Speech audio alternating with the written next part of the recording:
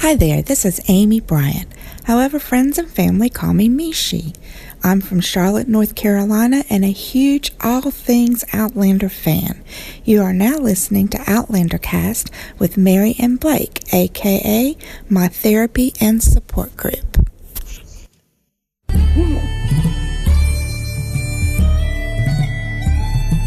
All the way from Cranston, Rhode Island, welcome to Outlander Cast. It's a podcast dedicated to the show Outlander on Stars.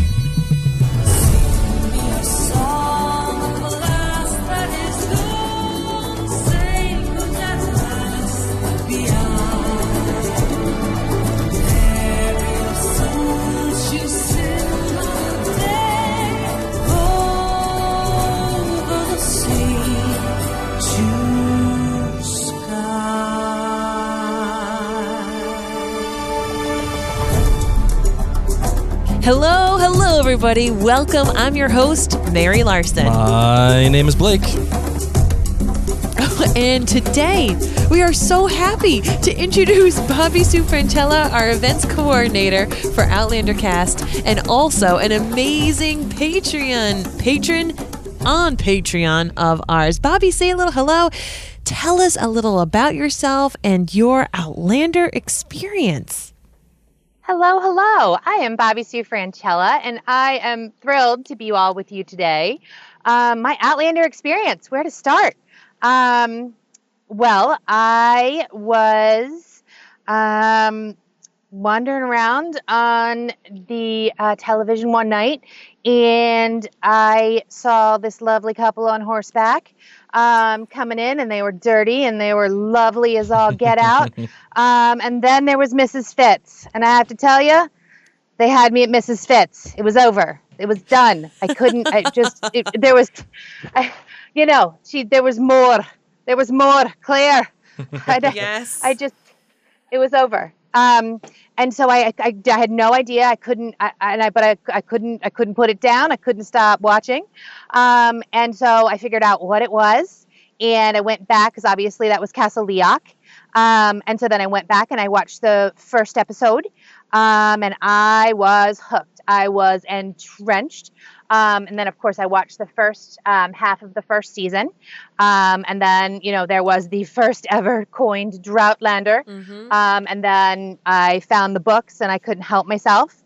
And then I found you all because, it's just, you couldn't, I needed more. It's like my Outlander word, more.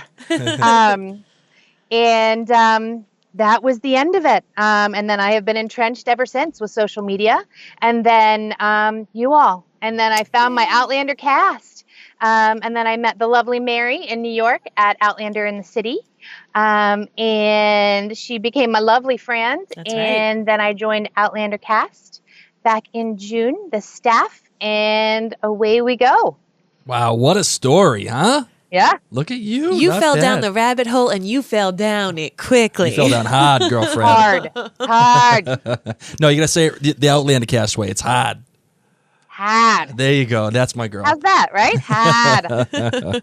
So, my love, before we release the hounds, Yes. opening thoughts, any final demons you got to get out of you before we do this? No, Nothing? the only thing is there's debate about the CGI'd ants. That's the only hound that I thought we might need to talk about at some point in this episode. All right, well, you know what? Did you know about this? I was reading it in the comments. Oh, okay, good. As they were discussing it. Okay, So. good. I want to make sure that we air that out. All right, So, well, yeah, let's get this rolling. Let's release the hounds.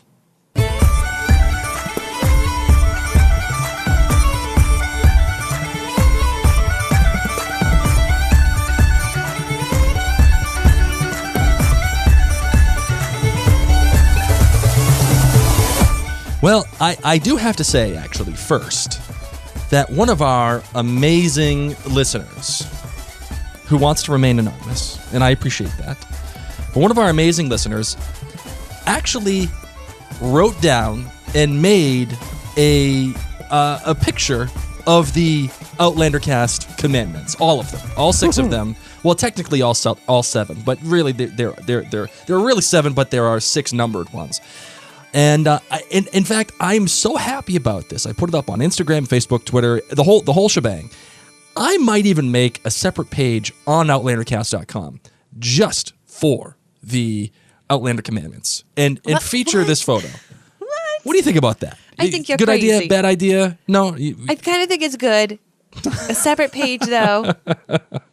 Bobby, what do you think? You think I Probably should for make me. it separate page for You it? could make a placard for your office. There you I think go. that might be appropriate. There you go. I appreciate the political response. Thank you so much. Bobby for and that. I are the same wavelength. Well, as we always do, we start with the website. And a lot of people called me out this episode, which it may be deservedly so. You know? Sassy Cats comes in, says, just wanted to comment on the coincidences you brought up in the podcast. In regards to the mirror, at first I gave little thought to Claire's grabbing the mirror, but shortly after, when it became clear that Father Fogden was reluctant to let Claire go and she was getting ready to bolt without him, I thought she was picking up the tools that she might need to go it alone across the island, such as something to start a fire with, or food, or warmth, or to signal with as she did. Then it became less coincidental and more part of her planning. As for the Artemis ending up stranded in the shoals of the same island Claire was on, remember, the Porpoise and the Artemis were following the same route, albeit one more swiftly than the other, so it didn't surprise me that they would both go past that same island. Clearly, because the Artemis got tossed about in a storm, they ended up on the other side of the island in the shoals, or at least closer to Father Fogden's encampment than Claire had by just floating by in the water. So, to my mind, it wasn't so much of a matter of coincidence then that they were on the same trajectory. I mean, we don't know a lot about currents, so I guess that part could be right. What do you think, Bobby?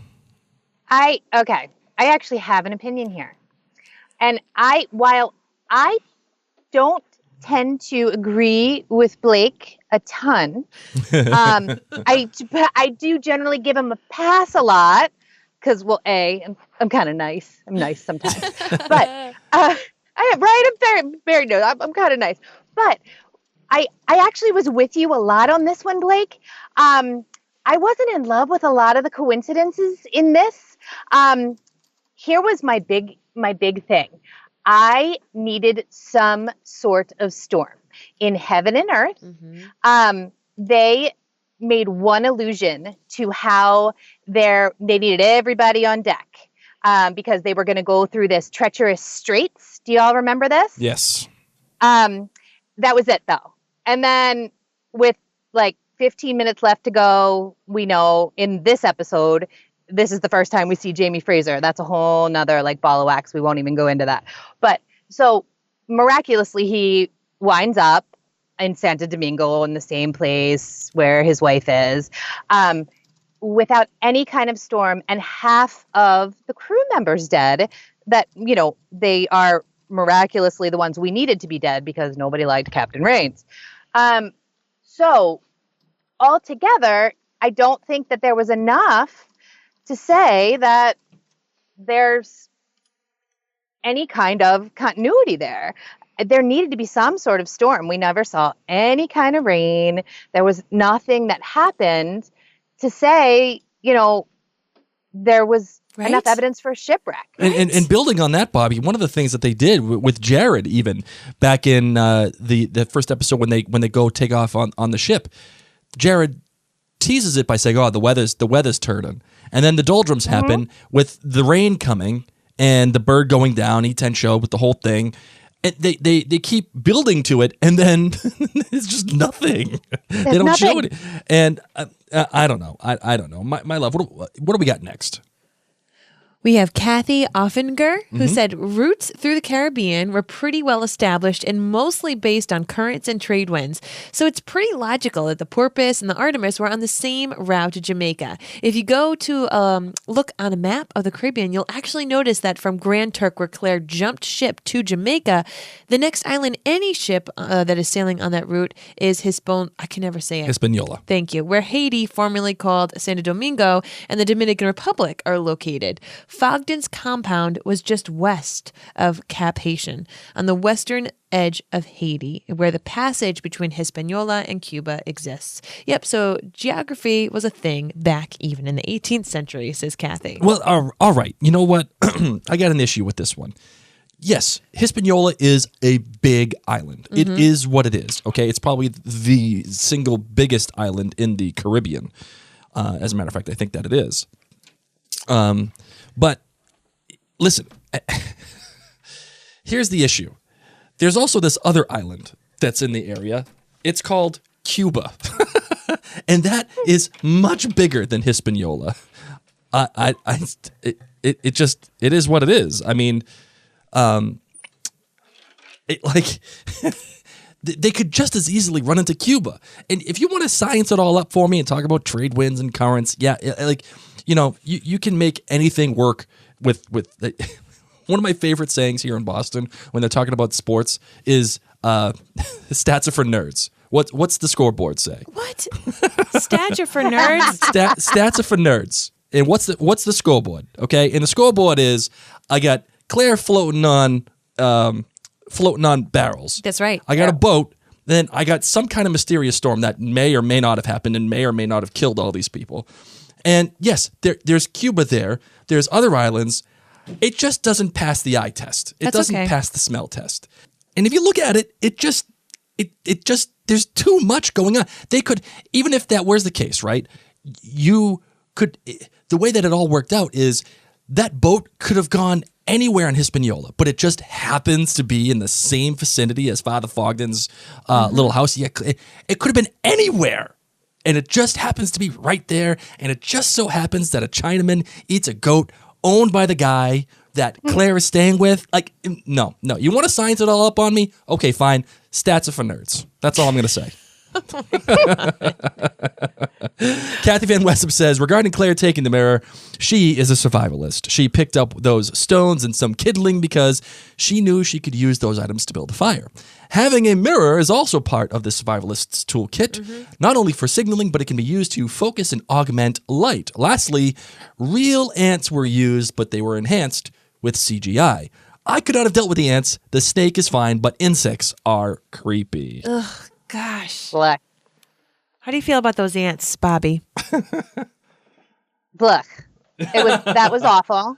That was awful. And you know what? Hats off, Katrina. Yep. Because if there was even one ant, that woman deserves an Oscar, a pay raise, and it was awful. I want to know. You know what? Can we just go back and tell me that it was all CGI? Right? Can we pretend? just so what? Did they have to have a disclaimer at the end of the show saying no ants were hurt in the filming of this episode? As she swatted them off. Ali Buru wrote in and said, oh my gosh, this episode was great. I loved it. I have so much to say. But first of all, Blake, little buddy, I told you. Coincidence upon coincidence, just get used to it. I think that taking the view that there is a hefty intervention of fate is the best way to get through this story. No spoilers, but I'm currently reading the 8th book, and yeah, it's amazing, but the coincidence factor is crazy. So just let it go. On to the GBG. So, Allie's good. Where to start? I actually had to write down my points because I knew I would forget something if I didn't. There was so much good. Father Fogden was portrayed quite well. I liked the actor and his interpretation. He was genial, a bit nutty, and just the right amount over the top. I like him better here in the show than in the books. He felt like a lonesome loony who smokes the Upa, whatever, too much. Opa! Oh my goodness. And doesn't get out enough. More good was Mamacita, watching the pain and sadness wash across her face as Father talked about her darling. Oh, I can't say this name either. Hermenegilda. Thank you. Oh. Thank you. Can you ever say that name, Bobby? I couldn't say it when I read it. And you know what? I don't think any of the it's a lot of vowels and a lot of breathing. I still can't say it, and I heard it 10 times. Right? You're making me feel so much better. It was, and I love Diana. Diana Gabaldon is wonderful. That name, wow. Right? Wow. You know what? Yeah. I'm just going to play this for all of us right now. I'm Ron Burgundy. There we go. Okay. Right? We don't know how to say it. I'm Ron Burgundy. Stay classy. Oh my God, I love it. So yeah, she wrote that losing a child is something you never get over, and I think Claire felt for her as well. Yes. Also good was the goats. I wanted them all. I'm an animal nut, and I miss my goats so much. Give me those cuties. Aww. You know, this is the first time we've had a goat shout out. Allie also said the bad was not a whole lot to say here other than Claire, eat that snake. It would feed you for days. I got so frustrated with that. Come on, I'd eat that snake. I love snakes as pets, but if I'm starving on an island, I'm going to eat all the snakes. All the snakes. What did I just say? You know what? Yeah, you also deserve this one. You're a wizard, Harry. There you go. Also, you used your bum roll to start the fire the first night, but then tossed the rest of it on the fire. Why? You're going to need to start a fire again tomorrow, and that's your best source of tinder. Oh, well, she must be delirious from not eating enough woodland critters. How did you feel about those guys? That she didn't eat the snake, and she did. I forgot she burned the rest of her bum roll.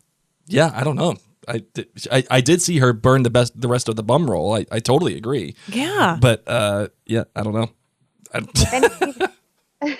If any piece of 18th century clothing needed to be burned, it was the bum roll. Yes, truly. However, they do sell these undies now. I saw them in a shop downtown where it's undies with a badonk in it. Oh. A badonkadonk. A badonkadonk? It's like padded undies. Have you seen these, Bobby? Who needs that? No. They do not send them in underwear chain letters. I'll tell you that. That is not what I didn't get that. I was wondering if we were rolling back to this. No. You needed like a larger envelope, obviously. Obviously. The great was the wedding. Marcelly, you sassy pants. I loved how she kept father on track and also her pre-wedding chat with Claire. She's finally starting to form her own opinions, not just parroting her mother's vitriol. Marcelly is such a great character. I love her. Iten Chow and his handy chicken in a box. He is so wonderfully diplomatic. I just adore him. I also want that chicken, but I know father will take good care of it. And Jamie naming Fergus. My heart was fit to burst when Jamie speaks to him. Oh, Lordy, the looks they share as he affirmed and validated as Jamie's son. They were priceless. It hit me right in the mommy bone. Aww. In all honesty, last week's drama between them makes this scene all the more meaningful. They were such on shaky ground when Jamie was all emo crazy, and this made the character arcs work. This show has a way of leaving things hanging one week, but then bringing those loose ends together the next, and I'm finding the rhythm and I'm getting my groove with it. Binge watching helps pull all the strings together. I'm just gonna. Oh, and another great, of course, was Turtle Soup. Of course, this girl right here, Allie, is her name Allie? Yes. She has all the greats. Everything that was great, she's gotten here. And she says, hugs to Blankies, Dorcas and Bubbies, and Rumpy Pumpy all around. Last 12C says, other posters have already debunked the coincidence in this episode. But just to add, Santo Domingo is a huge island. It's the second largest island in the Caribbean, second only to Cuba. Thank you. You're making my point. And you can't get there without running head on to Santo Domingo. It would have been stranger if Jamie and Claire had not both landed there. Having said that, coincidences do indeed abound in the book series. And as Kendra and others have mentioned, there is a fate/destiny-driven feel to the entire story. I found what Claire experienced after washing up in the book fascinating, but it would have been impossible to film for the show. There was indeed a storm that affected Claire, the Artemis, and the Porpoise's trajectories, but there simply was just not enough time to cover all of that. We would have needed to have an extra episode. There's a lot that will have to be cut out of these chapters in order to make it to the end of the story in 2 episodes. So I was fine with the show's alternative. I think it showed Claire's resourcefulness without making her look like MacGyver. Her pocketing the mirror was simply more evidence of her resourcefulness. I simply didn't see it as random kleptomania. I think the show did a marvelous job of not only distilling a huge amount of material into its essence, but it also took advantage of all the wonderful characters and relationships that exist internally within the show's unique storyline. A good example of this was E10 Show's scene with Father Fogden and his contribution to the turtle soup scene. Oh my gosh. His little smirk. Can we just talk about that? It was like he planned it. That's like. Of course he planned it. What do you think, Bobby? Do you think he knew that they were going to get a little rumpy pumpy after having that turtle soup? Do you think he knew? A little rumpy pumpy. I do. And here's why. I think he is this sort of omniscient character. I think they have elevated him in a way that we've got a little Murtaugh. We're channeling a little Murtaugh in Yi-Ten Cho. This sort of, let's drive this along with this guy. because he's got this innate likable thing. So we saw on the beach after the wedding. And so, Jamie claims Fergus, and that was beautiful and all the feels, and I loved it. Mm-hmm. And so they all of a sudden have become this, mother and father-in-law, right? And you got this young, like, sort of beer aisle couple, and all of a sudden these kids have stolen the show, right? Yeah. They're the young kids, and they're taking off, where Jamie and Claire were our young beer aisle couple. And so it was really important, at least for me, to see them as our young, nubile Jamie and Claire. And I think Teen Joe facilitated that, shall we say, with that beautiful turtle from the opening scene. Hold on, beautiful Bobbi. Turtle. Hold on, Bobbi. Oh, I gotta play this. Sorry, you just killed E10 Show's name. Did I screw it up? You just killed sorry. it. I'm going to call him Willoughby. Don't let me try and get smart. Don't Willoughby. worry. We're calling him Willoughby. You just called him Tencho, and I did. I really? Tencho. Oh, she did. Yes. Tencho. Tencho. I call him Mr. Willoughby too. Don't worry. I mix. I go back and forth, but I totally agree, because I don't know. We're coming back, and of course, Claire and Jamie are older. They are the mother and father figure at this wedding, and you don't think about it, but I'm going to throw something crazy out there. Everyone knows very few people actually have sex on their wedding night nowadays. I mean, they try, but they're often exhausted. It's one of the many things that many couples told me before I got married. They were like, just so you know, I didn't seal the deal on my wedding night because I was so tired. And I was like, okay, thanks for telling me this. And then another person would tell me like the next day, and I'm like, okay, I know too much about people's sex lives. Anyway, we know Fergus and Marcelly needed to do it. But it got me thinking, how many parents are like, that was amazing, that was romantic. And this is going to show you, once again, Jamie and Claire, the sexual attraction knows no age, especially in Outlander. Yes. Thank you, Mr. Willoughby, for giving the love potion. It was lovely. The she-devil. I loved it. I loved all of it. How did you feel about the cherry nipples? If it was not pulled, it was pulled straight out of the book. Yeah. Otherwise, I would have given a little Blake shiver over there. It was easier to read. I would agree with you there. Well, we had some friends on Facebook write in, and Abby Gilstrap Lemon said the coincidences are largely a result of moving away from the book, which is probably why the books are 1,500 pages long. Diana didn't want to be backed into a corner. And Anne... that is weak sauce. Well, weak sauce. I think that a lot of edits to storyline needed to be changed because of time. That's what I think. I think we just need to believe in this universe. What do you feel like, Bobbi? I think that... Yeah. I think that I have no good answer to that. I think I'm going to go diplomatic. Nice. And I'm going to say that... What are the commandments, Blake? The book is the book and the show is the show? The show is the show. And that you simply can't take something that's 1,500 pages. And Diana said it 100 times. It would be boring if we did it word for word. It would be boring. You know, Ann Gavin wrote in and she said, I like the second half of season 3 Blake Larson podcaster a lot. Yes, ding for Blake. Less rough around the edges, thoughtful, more well-rounded approach to the episode in its entirety, and maybe finally getting that Outlander is a fictional work. Or fantastical. I just made up my own word too. Fantastical work. She didn't say fictional. I said fantastical. I like them both. Thank you. I do too. And also said, not everything always makes sense, so therefore the production can be tricky. Jenny Wells wrote in, sorry, y'all. I felt so let down this season. I have read Voyager but fell in love with the show and the characters as interpreted by the show first. I feel sick that I continue to let the writers hold my heart in their hands. They have let me down over and over again this season. This is the first episode in the show where I have paused it. A half hour of this? When Tony Graffia said that at the end they liked Claire going through the talking to the coconut because it was the closest to comedy Outlander has ever had. What in the world? Where has our innocent but snarky Jamie gone this season? We are still grieving Rupert and Angus. What is happening? Oh my. Right? Poor Jenny. Fictional, fantastical? But again, the whole thing. I go back to what Anne said. She said that sometimes these things don't make sense, so it makes it tricky for the TV production. Mm-hmm.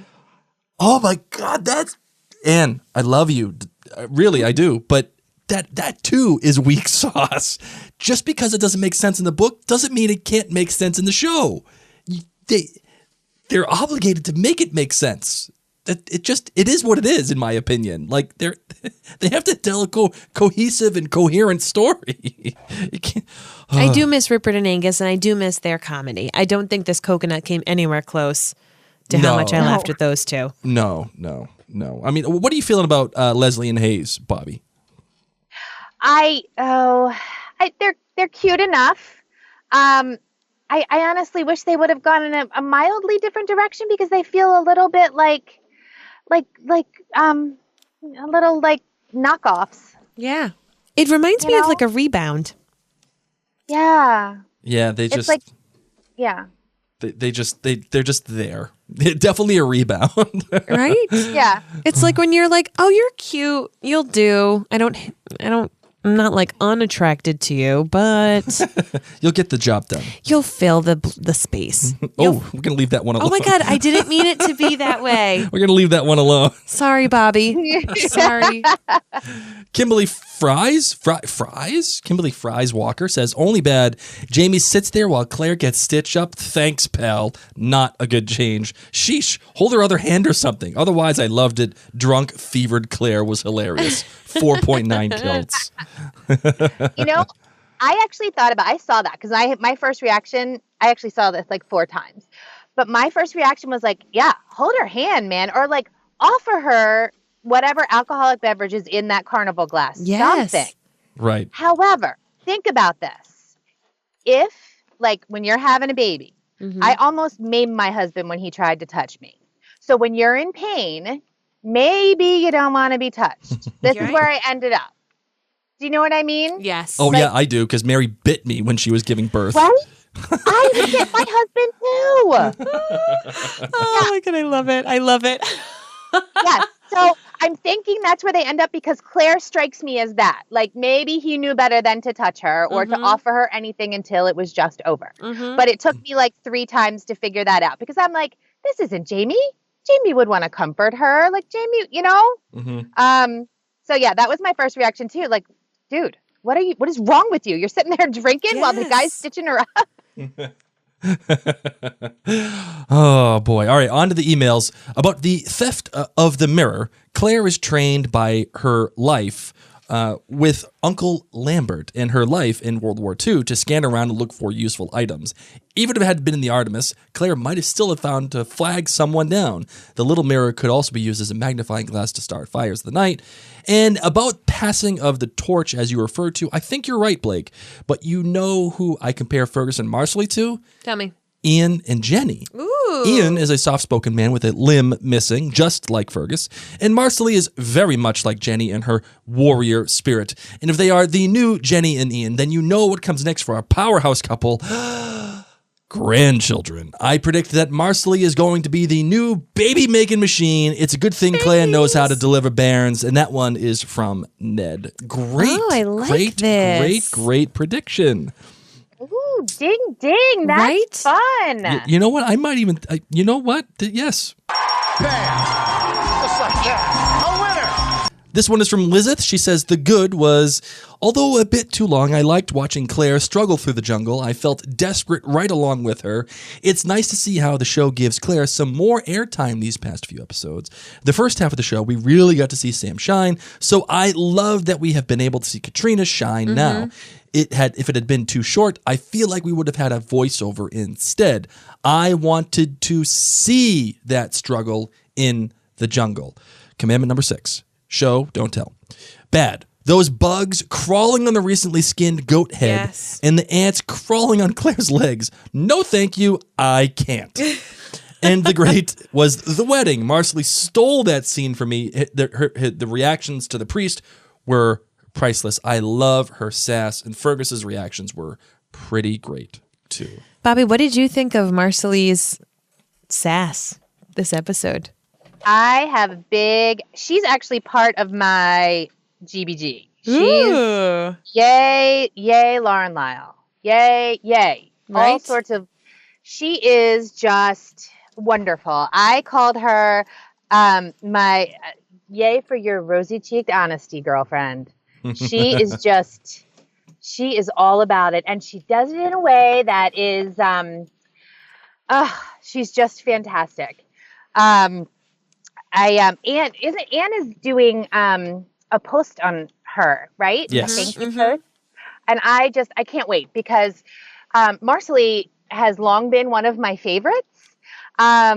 And I just think Lauren Lyle's doing a lot of justice to her, and I just can't wait to see what comes next with her because she's neat. She's teenagery, but she's got an old soul in there. So that's very cool. The whole thing is very, very cool. And that wedding, the COCK part is just It's okay. This is a safe space. You can say it. I'm sorry. I spell things that are untoward. I do, and I'm sorry. It's really terribly embarrassing. Hashtag mom life. Yeah, so she heads off the top of my good list. Yeah, what is your GBG, as a matter of fact? Let's just do that right now. What do you got for your GBG for this episode? You want me to do it? Yeah, I would love to hear it. If you want me to. I wrote it on loose leaf paper. Look at you going old school.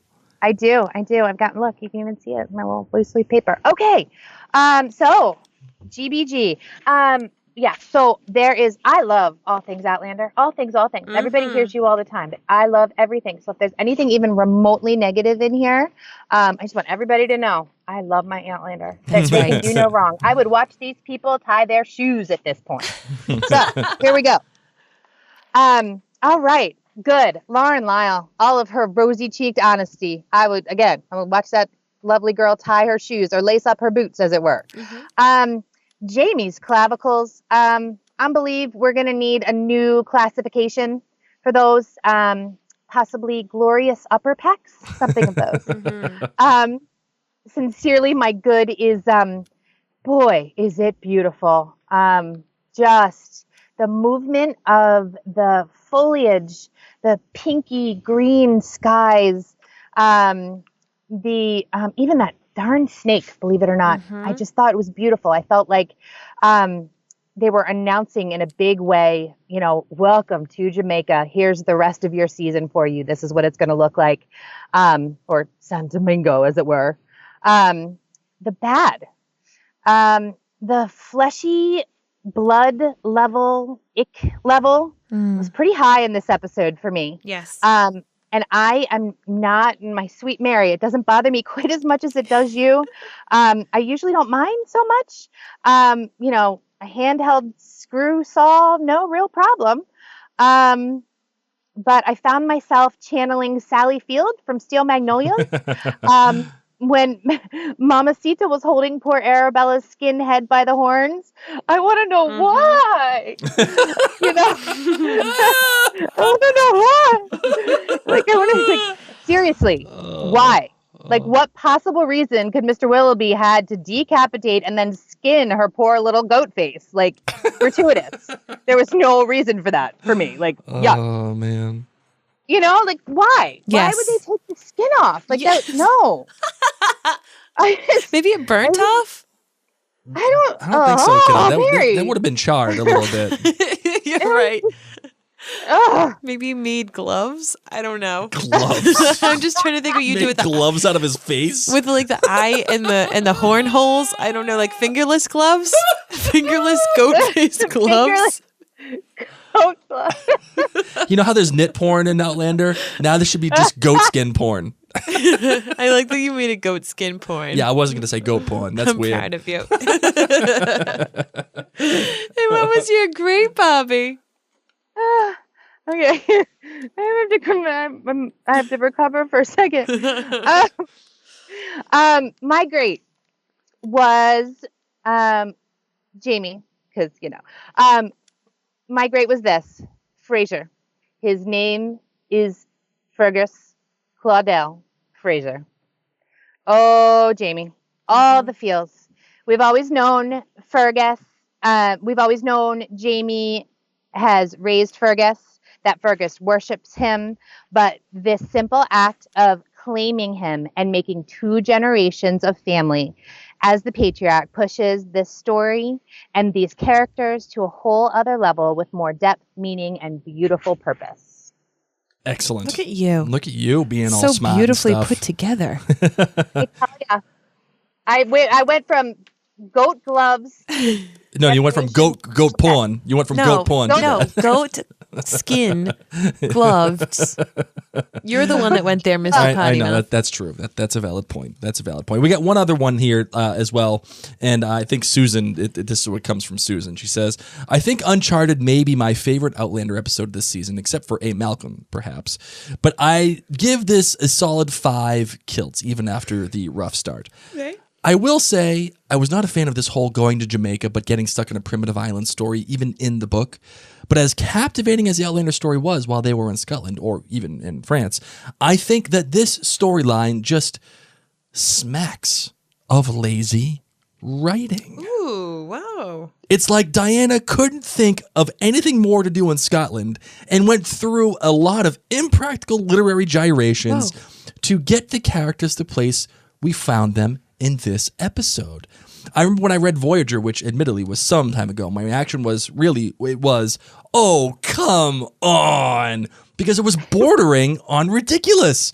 And with all due respect to those viewers who long for the television show to stick faithfully to the book, I really hope the writers make some serious improvements to the plot for the remainder of this season. Nonetheless, I do think this episode was beautifully written and directed, and the cinematography was stunning.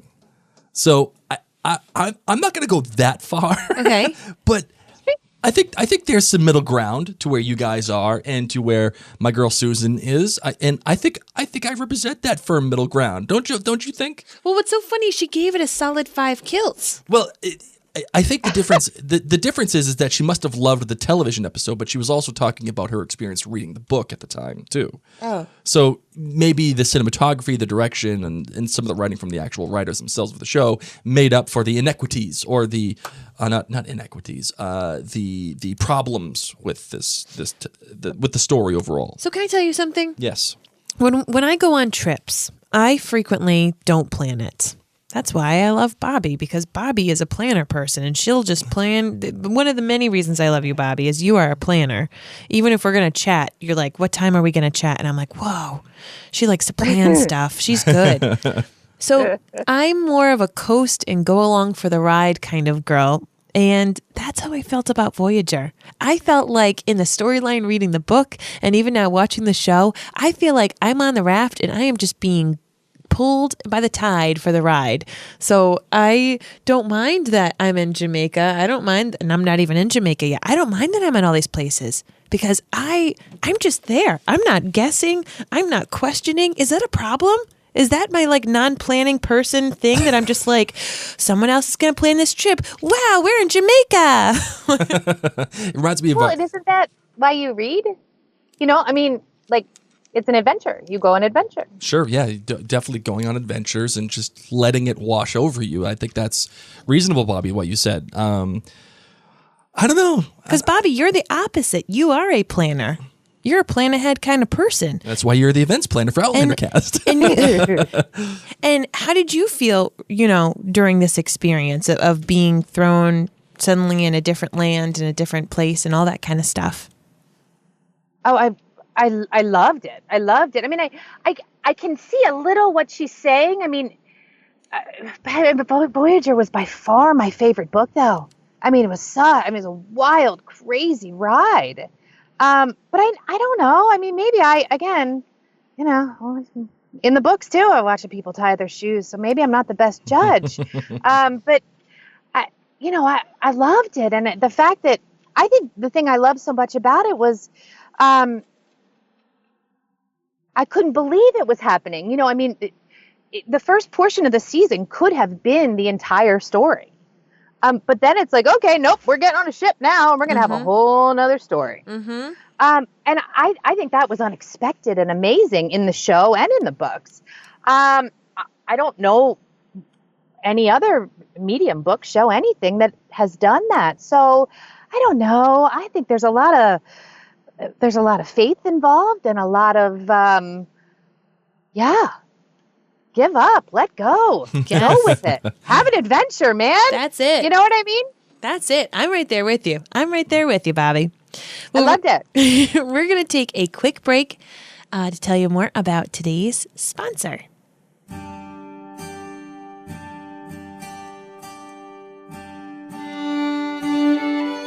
We wanted to let you know that episode 108 of Outlander Cast is brought to you by MinuteWithMary.com. It's a place of discovering the best makeup and skincare products while uncovering your confidence as a woman. And we also want to make sure that people know that if you are a patron at the Sassenach level or above, that's the $10 level or above, you always will get a 10% discount.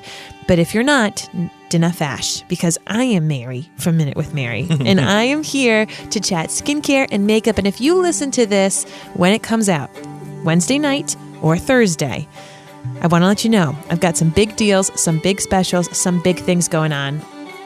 I'm trying to hit a new promotion, and I can use any and all of your help. And if you hear this after those dates, think of me for your needs now that the skin and the seasons are changing and all things are going crazy, or if you want to get a little glam for maybe an Outlander cast finale event, or the one that Bobbi planned. If you would like to be a little glam for the holidays, or if you just want to feel more confident with your skin, I want to help you. Or if you want to shame your in-laws, let's just call it out. What do you mean? You want to just go in there and you want to wow the in-laws. You want to be like, damn girl. Wow. You want to wow them? I can get behind that. You want to wow them. So feel free to reach out to me. You can find my posts on Facebook by searching the hashtag Minute with Mary, or you can head on over to minutewithmary.com to see all of the products that I have to offer.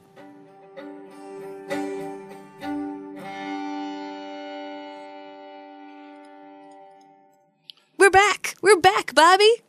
All right. Hi. All right, Marvin, are you ready to do the voicemails? Is Bobbi ready to do the voicemails, or do you feel like you want to discuss another plot point or something that happened, Bobbi? Is there something that's itching at you that's maybe not a beetle or an ant? Or a snake. Or Coco. Darling, I was born ready. Well, all right. Let's, if you want to. Thank you for asking me. Yeah, Bless heck you. yeah, heck yeah. Okay, here's the one thing, because I actually loved Father Fogden, and I loved this dude as Father Fogden, because what I thought he did, they definitely toned down the gunge a little bit with him. It was there, but they toned it down. And the drinking, they toned that down, which I thought was cool. But he walked the edge of crazy, which I thought was sort of neat. Did you all get the slightest bit of Kathy Bates, just for a little while in there? Kathy Bates, misery vibe. Oh, did you all think did you think he was going to keep her for a bit? Mm-hmm. Oh my gosh. All we needed was a little penguin figurine on the table next to Coco. You moved the penguin. His face when she was holding Coco, I was like, oh no. What? Mm-hmm. I don't know this part of the book. I don't know what's going to happen. I thought he was going to say something like, Coco does not talk to you. Yeah. He only talks to me. Like, just to call her out on it. Yes. Like, that would have made Coco a little bit more important to the plot. Hey, what? But when they were eating and she, said, Jesus Christ, or whatever she said, or Christ, whatever she said. And Father Fogden was like, we do not do that. Obviously, you are weak. Whatever he said, that's when I got that Kathy Bates She's going to break out the vibe bat. right there. He's going to break out the bat, start busting legs. Yeah. Yeah, I totally got on that vibe with you. And then he perfectly was fine. But I'm glad she's not hanging out there for long, because boyfriend seems a little cray-cray. Yeah, he was a little nuts, that little sort of ghosty dress hanging in there. He was a little nuts. He walked the edge of crazy. I think there's a good heart there. But yeah, there was an edge of crazy, made me a little nervous. And then there was bear flare in there that also made me a little nervous. And I just was, and then the tying her down to the bed. I get it. We don't want her to scratch. But that all made me a little nervous. So I was also very glad when she started running through those lovely palm fronds, because I was like, we need out of there, Claire. We all need out of there.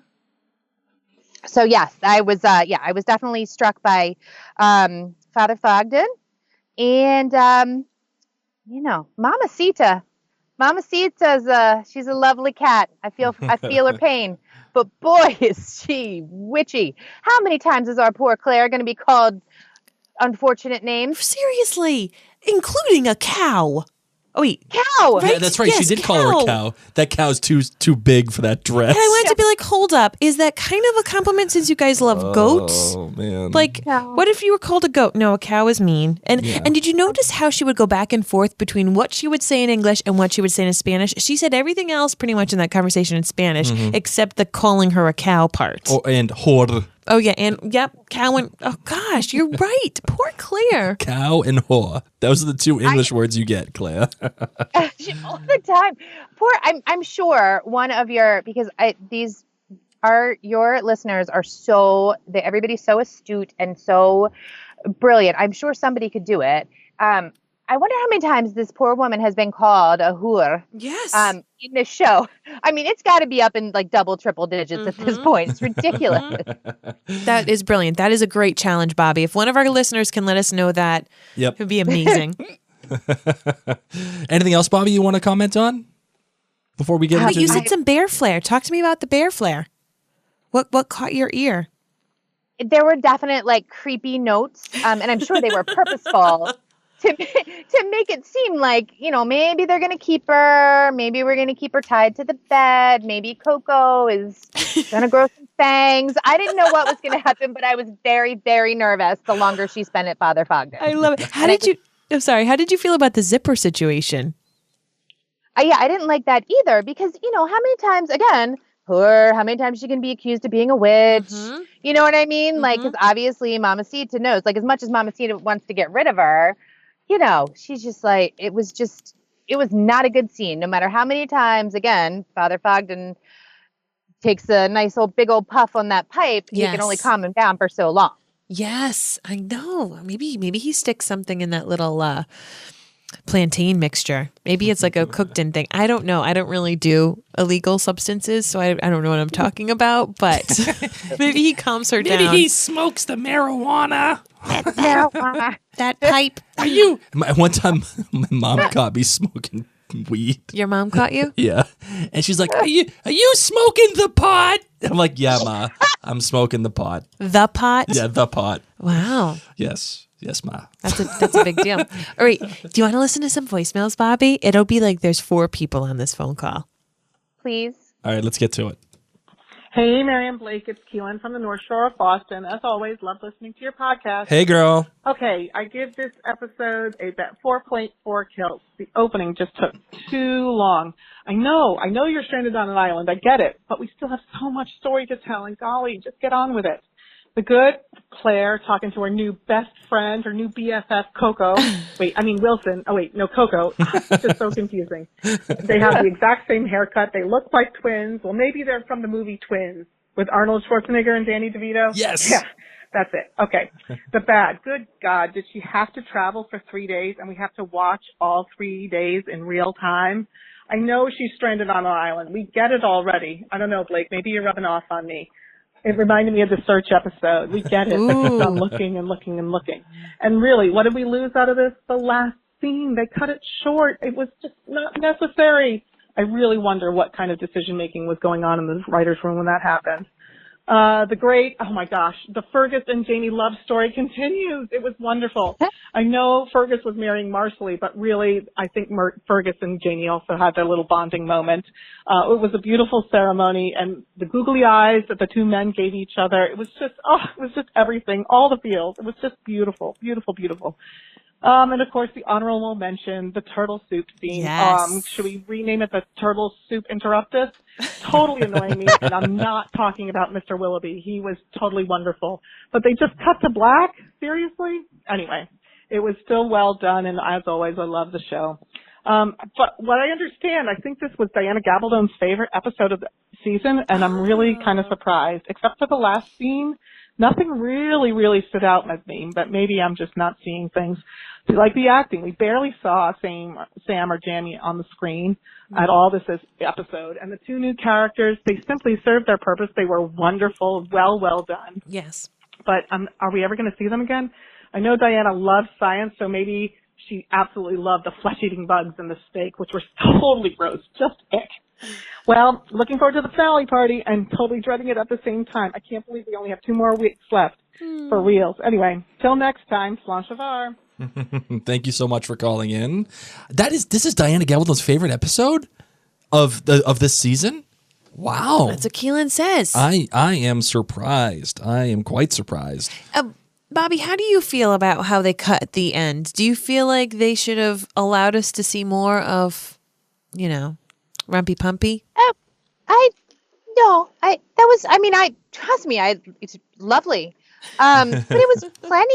I mean, there wasn't, what more would there be to see?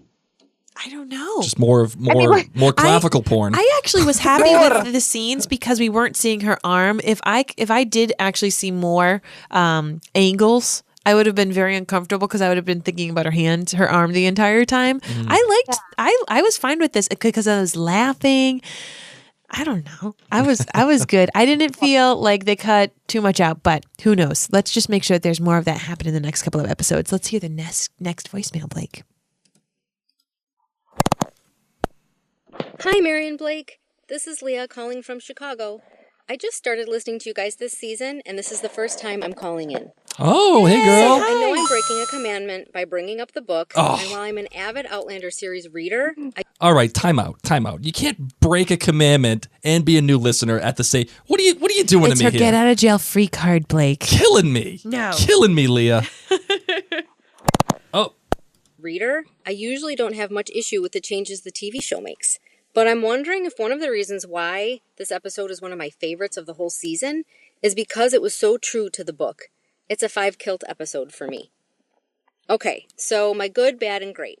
I did have a really hard time deciding which was my good and which was my great, so they could probably be interchanged.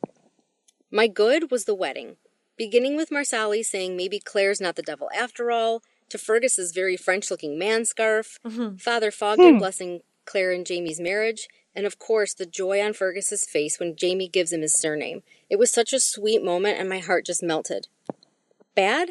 I honestly didn't really have any bad for this episode, so I guess I'm going to have to pick something. I would say bugs and snakes. There you go. I was just itchy looking at those bites. And my great. I have a feeling I'm going to be with the masses when I say the turtle soup scene. I feel so boring and run-of-the-mill picking that scene, but the reason I did choose it as my great is because I feel like it and scenes like it happen much more often in the books. And I feel like we miss a lot of that playfulness that Claire and Jamie have together on the TV show. Again, Blake, I know you're going to be saying I'm breaking a commandment, and I'm not saying I dislike the TV show at all. I just miss that aspect of their relationship with the TV adaptation. So that's my 2 cents on episode 11. Keep up the great work, guys. Thanks. Yay! Thank you. I will allow the commandment breaking. I will. Killing me. It's okay. It is okay. I'm actually quite Bobby, happy. what's your stance on this issue? The books and the I was gonna say the commandment breaking. Oh yeah, no.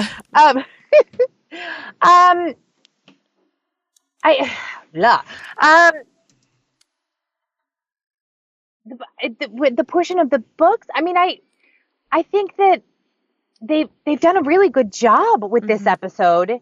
Meaning how much of the books that are in there. You know, I am not a book purist. I really like the mediums in their own right. That being said, I do have to Blake, I need a good Battlestar Galactica reference here, like brain cleansing thing. I have to watch the episode 4 or 5 times so I can rid myself of all the book stuff. For you know what I mean? I have to watch it twice to stop the comparisons and just watch the show for what it is. But once I do that, I can take it for exactly what it is, and then the love starts boiling in, and it's wonderful. But yeah, I think they really did a great job with this episode. And then I can just simply appreciate you asked me about the cherries thing earlier. And I go, oh yeah, I loved it. And it didn't bother me because I know it was pulled straight out of the book. So yeah, I think they did a lovely job. And I understand exactly what this nice lady was saying. Bobby, this one's for you. So say we all. There you go. And we'll do the next one. Hi, Blake and Mary. This is Alex from Maryland. I hope you guys had an awesome Thanksgiving. This is my first time calling in, and I felt like it was necessary because this is my favorite episode by far of the season. I'm definitely giving this episode 5 kilts, and I'm going to go through my good, bad, great. So my good was Marcelly and Claire starting to bond prior to the wedding.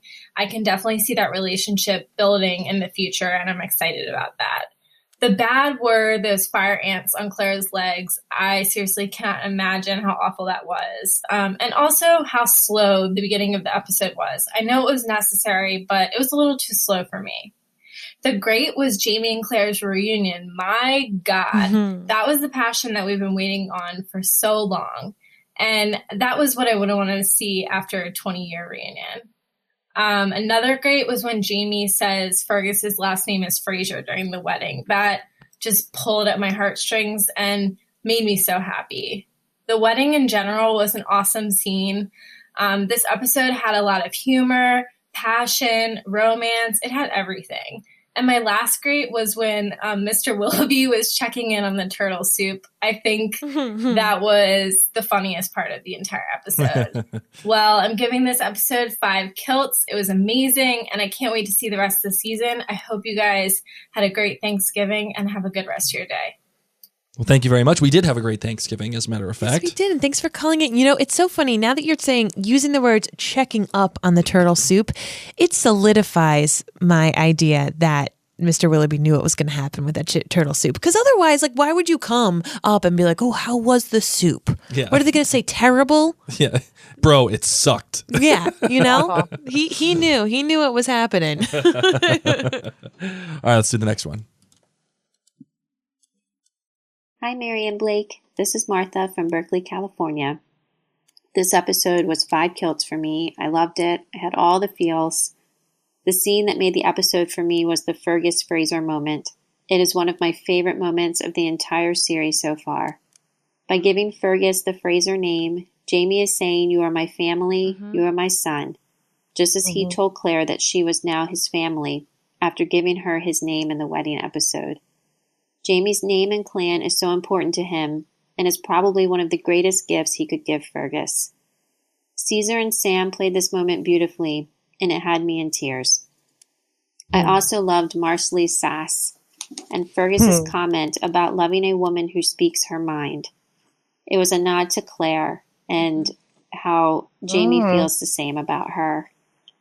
I also loved the reunion moment on the beach. It was so beautiful, and Bear McCreary's music, as always, was stunning. Thanks for your amazing podcast. I always look forward to it. And I hope you have a great week. Yay. Thank you, Martha. I really appreciate that. Nice. Very nice. You ready for the last voicemail? Yes. All right, let's do it. Hi, Blake and Mary. This is Caroline from Chicago. I'm going to go right in with my GBG. My good was the burning of the waste donut. I have hated that donut since season 1. It looks silly, it looks uncomfortable, it looks hot. And when she got down there and she burned that thing, it felt very liberating. Yes. But it also showed how resourceful and how smart Claire is. And I enjoy that aspect of the survival montage. However, my bad is how long the montage was. It was 15 minutes of this third to last episode. That's a lot of character development and plot development that we missed out on, and I would have appreciated less of that and more character interaction. My great was Marcelly and Fergus. I feel like that the 4 of them are becoming more of a family, and I feel like this is going to be the start of the 4 of them being together in a less crazy way and being more supportive and moving forward into season 4, because we do only have 2 episodes left, as I keep reminding everybody. But I'm liking where this is going. So can't wait to see more. Thanks, guys. You know, I think there's an argument here to be made from Caroline, and it makes sense. We only got so much real estate left here. Why are we spending 15 minutes? on this trek through this random island. There's a conversation to be had. I'm of a different opinion. I felt that it was necessary, and I feel like it was the most interesting part of the show, of this episode. But we could at least conversate about it. Bobby, what do you think about it? Do you think they spent too much time on there, or do you think it was worthy of our time? Previous, love my Outlander, tying shoes, love Katrina. Yeah. I mean, I just, she's a badass. We all know it. Survived 3 days in the wilderness. Wow. I mean, we couldn't have shortened that just a little bit. We couldn't have done a time lapse. We couldn't have any of that. Like, hurry it up to Father Fogden's and showed. I mean, she looked atrocious, beautifully atrocious, obviously. But wow. Yeah, it was very long. And I couldn't believe, like, we couldn't have done the fire ants or the snake. Yep. Do you know what I mean? Like, we had to do all of these things. So yeah, for me, it was too much. And I wish they would have shortened it. And then again, to have Jamie pop up with 15 minutes to go in the show, with really no explanation, of why his ship is wrecked. Again, I love this. I was at 4.8, 4.9 for my kilt rating. Love the show. But yeah, too long. Well, I think we're going to end up closing this bad boy out. My wife actually had to go upstairs and take care of our son, who is crying right now. I'm not sure why, but we'll close this bad boy out. And before we close out this Pulitzer Prize winning episode of Outlander Cast, Bobby, do you have any final thoughts? Any last demons you got to get out of you before we move on to the next week? Next week? No, I mean, fans, it is upon us. 2 episodes left. I am excited. It's going to be, wow. I can't imagine how much they're going to pack in there. And I just love this Outlander family and this Outlander cast. And thank you, Blake. And thank you, Mary, for letting me drivel all over your fans. And thank you all for letting me be on this podcast and be a part of this family.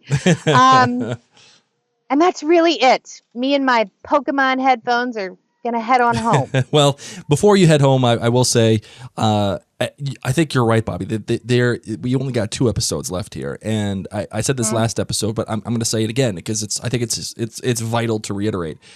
We don't got a lot of real estate left, and we haven't even touched on the entire reason why we went on this boat trip to begin with, which is finding Ian.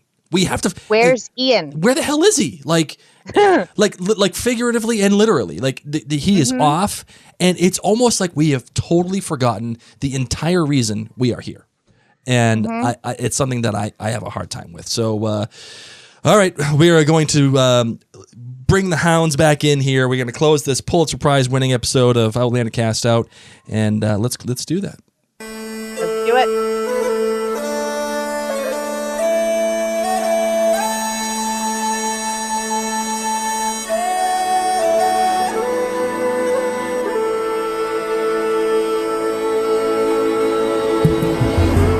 Well, like we said, this is the end of the episode, and usually my wife does close these shows out, and I'm terrible at it, so you're just going to have to bear with me as I do it. So please find us at outlandercast.com, and you can check out all of our amazing blogs or all of our amazing podcast episodes that you are actually listening to right now. And you can also find Patreon there, and if you want to become a member of the Outlander Cast patron group, just like Bobby is, you can go to patreon.com/OutlanderCast and donate as little as $2 a month to listen to my analysis of the book Outlander, which I will be doing more once this season concludes. And you can also listen to our episodes early, and we have other things going on as well. One of our great goals is if we get to $1,600 per month, you guys, the listeners, will be able to actually decide our off-season podcast. You can decide. Bobby, what's your choice for our off-season podcast? What would you choose if you were to make us podcast about something? I would probably go with John Hughes, 80s movies. Oh, good. Little 16 Candles and Yes. oh yes, Ferris Bueller's Day Off. I could totally get on board with that. So maybe that's one of the choices. Maybe we'll be doing John Hughes films. You never know. It's a funny world, and lots of crazy things happen, as we know from this episode, apparently. But as I say, stats are for nerds. So either way.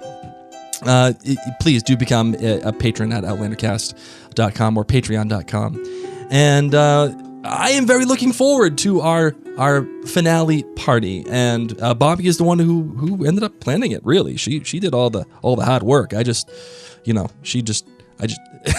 the one with the money. Go plan. And Bobbi, is there anything you want to say about the party that we got coming up?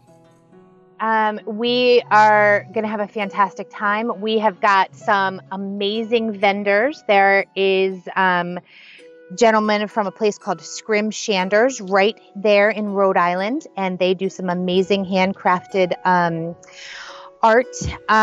We have Caledonia Fine Arts, who actually do Outlander-themed tours of Scotland. They will be exhibiting for us. We also have a kilt maker coming, and they are going to measure 3 of my 4 little boys. Nice. To their chagrin, they are going to be having kilts for Christmas. It's all happening. So that is, we've got splendid vendors. We're going to be doing a great viewing. We are all super excited. We can't wait to hang out with some of our Outlander cast faithfuls. Mary and Blake are going to do an awesome podcast afterwards. And it's our first year. And so we are it's an exciting time for us. And I am just happy and excited that you all sort of said, Bobbi, go do it. Let's get this thing planned. So we're excited to celebrate with everybody. And December 10th. Right, and if you can't come, we will be doing Facebook Lives there. So you will get to see all the amazing fruit that is born out of Bobbi's hard work. So for now, ladies and gents, my name is Blake, and we are joined by... My name is Bobbi Franchella, and you have been listening to Outlander Cast. Look at you taking over Mary's role there. I was going to say it, but you took the ball and roll with it. Love it. I'm so sorry. It's written. I'm sorry. No, you did a great job. It was fantastic. Great job. All right, much love, everybody. Thank you so much. We'll see y'all.